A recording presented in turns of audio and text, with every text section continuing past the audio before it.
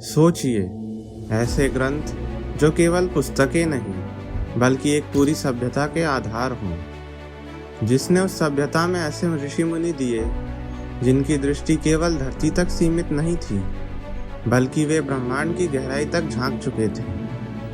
उन ग्रंथों के आधार पर ऐसी सभ्यता स्थापित की जो हजारों सालों की आंधियों, आक्रमणों और पतन के बावजूद विदेशियों के लिए वह स्वर्ग समान बनी रही। वे ग्रंथ वेद हैं। लेकिन महाभारत काल के बाद ये वेद धीरे धीरे लोगों की समझ से बाहर होने लगे। उनकी भाषा, उनका ज्ञान, उनका विज्ञान सब कुछ इतना जटिल लगने लगा कि आम आदमी उनसे दूर होता चला गया। हाँ, बीच बीच में कोशिशें हुई। 19वीं और 20वीं सदी के समाज सुधारकों ने पहले सांस्कृतिक पुनर्जागरण की नींव रखी। उन्होंने वेदों के रहस्यों को उजागर करने की कोशिशें फिर से शुरू की, लेकिन परतंत्रता, संसाधनों की कमी और परिस्थितियों की बेड़ियों ने उन्हें सफल नहीं होने दिया। वे भी वेदों के असली स्वरूप को पूरी तरह सामने नहीं ला पाए। आज का भारत स्वतंत्र है, साधनों से संपन्न है और वैज्ञानिक रूप से प्रगतिशील भी है। इसके साथ ही लोगों में वेदों के प्रति रुचि फिर से जग रही है। कई लोग सुनते हैं वेदों में सब ज्ञान है और फिर उत्सुकता से वेद खोल भी लेते हैं, पर जैसे ही पहला मंत्र देखते हैं वे उलझन में पड़ जाते हैं। वेदों में शब्द अज्ञात से दिखते हैं, भाव धुंधले और समझ से परे, और कुछ पन्नों को पलटाने के बाद वे वेद को वापस बंद कर देते हैं। इस असफलता से निराश होकर वे लोग वेदों को समझने के तरीके ढूंढते हैं। कोई कहता है वेदांत पढ़ने से वेद समझ में आ जाएंगे, तो कोई कहता है कि कोई विशेष ग्रंथ पढ़ लो। लेकिन वो ज्ञान, वो टेक्नोलॉजी, वो विजन जो भारत को और प्रगतिशील बना सके, वो हाथ नहीं लगता। तो सवाल यह है, वेदों को वास्तविक रूप से कैसे समझें?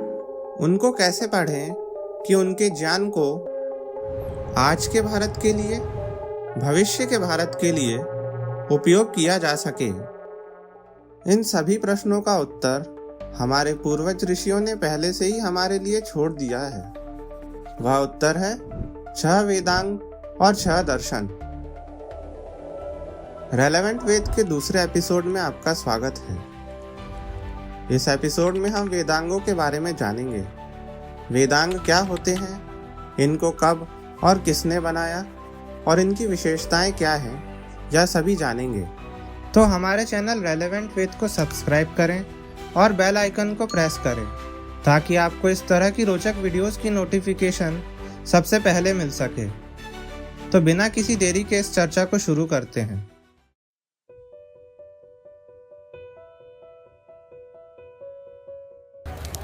वेद संबंधित कोई भी विषय को अच्छे से समझने के लिए सबसे पहले उस विषय के नाम का अर्थ और उससे संबंधित परिभाषाएं और सिद्धांतों को जानना जरूरी है। बिना इसके हमारी उस विषय में समझ स्पष्ट नहीं होगी। वेदांगों को समझने के लिए हम वेदांग शब्द के अर्थ को देखते हैं। वेदांग शब्द का अर्थ वेदों के अंग होता है। जिस प्रकार एक हाथी की सूंड, बड़े दांत और बड़े कान उसके स्वरूप का वर्णन करते हैं, उसी प्रकार ही वेदांग वेदों के स्वरूप का वर्णन करते हैं। यह वेदांग 6 हैं। यह 6 वेदांग हैं: शिक्षा, व्याकरण, निरुक्त, छंद, कल्प और ज्योतिष। वर्तमान में पाणिनि की शिक्षा और व्याकरण, यास्क के निरुक्त, पिंगल के छंद, लगत के ज्योतिष और अनेक कल्प ग्रंथ प्रचलित हैं। कोई पूछ सकता है कि इनका नाम वेदांग क्यों पड़ा? इसको जानने के लिए हम एक उदाहरण को देखते हैं। अगर हम वेद को एक पुरुष माने तो शिक्षा उसकी नाक है, व्याकरण उसका मुख, निरुक्त उसके कान, छंद उसके पैर, कल्प उसके हाथ और ज्योतिष उसकी आंखें हैं। ये वेदों को समझने में किस रूप में कार्य करते हैं, उस आधार पर यह संबंध स्थापित किया गया है। इन संबंधों को उस वेदांग की विस्तृत चर्चा में और गहराई से जानेंगे। इसके साथ ही जिस तरह एक या एक से अधिक अंगों के अभाव में कोई व्यक्ति अपनी पूरी क्षमता से कार्य नहीं कर सकता, उसी तरह इन 6 वेदांगों में से कुछ के अभाव में वेद को पूर्ण रूप से उपयोग नहीं किया जा सकता। यह भी एक कारण है कि वेद केवल अध्यात्म के ग्रंथ या यज्ञ और हवन के ग्रंथ बनकर रह गए हैं। वेदांग शब्द के अर्थ को जानने के पश्चात अब हम वेदांगों की उत्पत्ति के बारे में जानेंगे।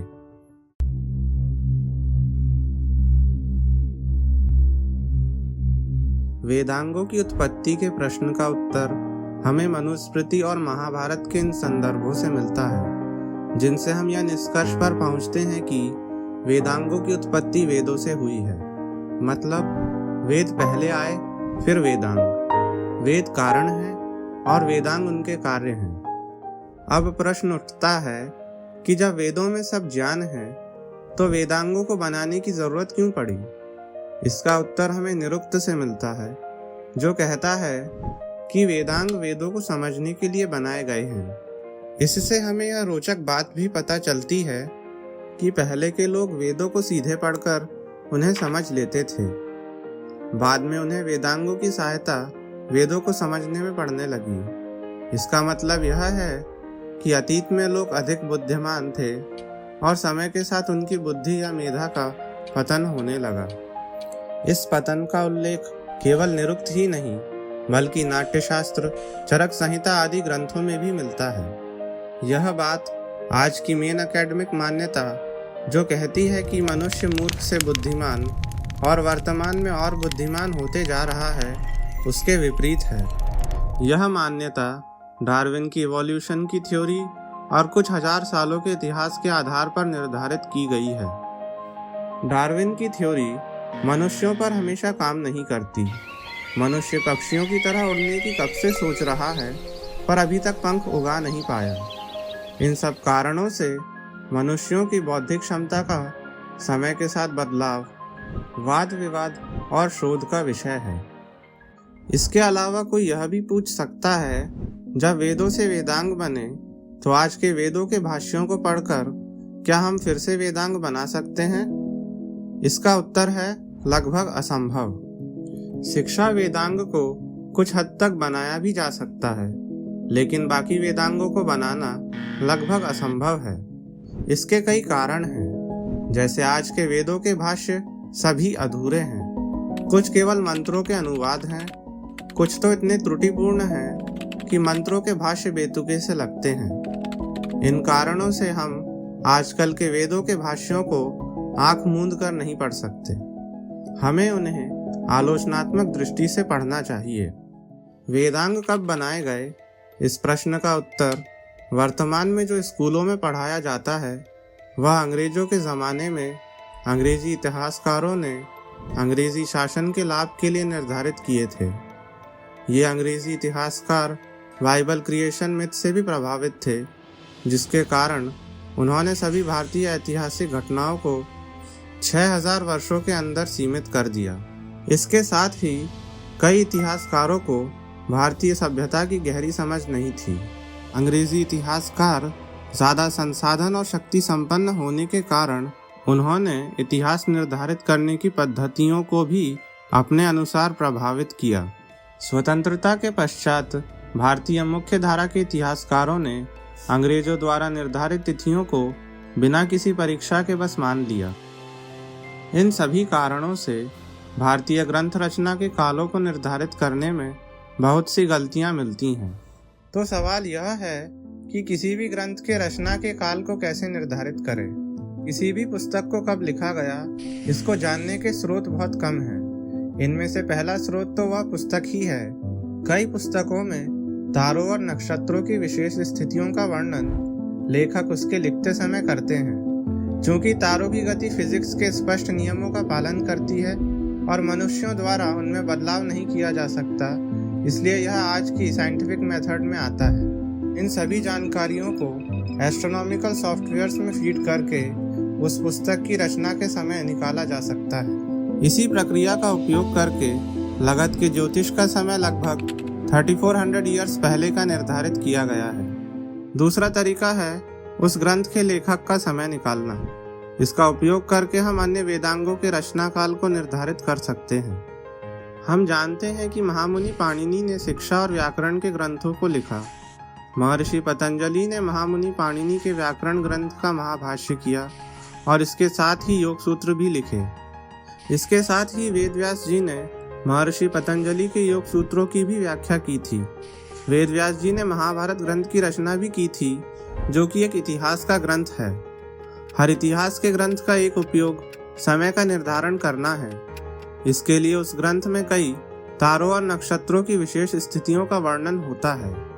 इन जानकारियों के आधार पर महाभारत का काल लगभग 7500 वर्ष पहले का आता है। इसके साथ ही कोई भी ग्रंथ की व्याख्या उसके रचने के बाद ही हो सकती है। इससे हमें पता चलता है कि महाभारत या उससे पूर्व के काल में महामुनि पाणिनि जी थे। इससे महामुनि पाणिनि का समय कम से कम 7500 वर्ष पूर्व का होता है। पिंगल मुनि, जिन्होंने छंद शास्त्र की रचना की, वे पाणिनि जी के छोटे भाई थे।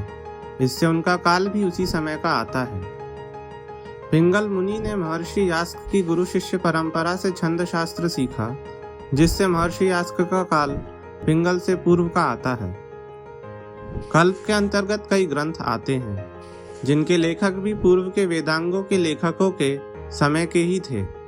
इसके कारण उनका रचना काल भी उसी काल खंड में आता है। इन सब से हमें वेदांगों का यह रचना काल प्राप्त होता है। इसके अलावा परंपरागत मान्यताएं और अन्य ग्रंथों में विवरण से भी पुस्तकों के रचना के काल के निर्धारण में महत्वपूर्ण जानकारियां प्राप्त हो सकती हैं।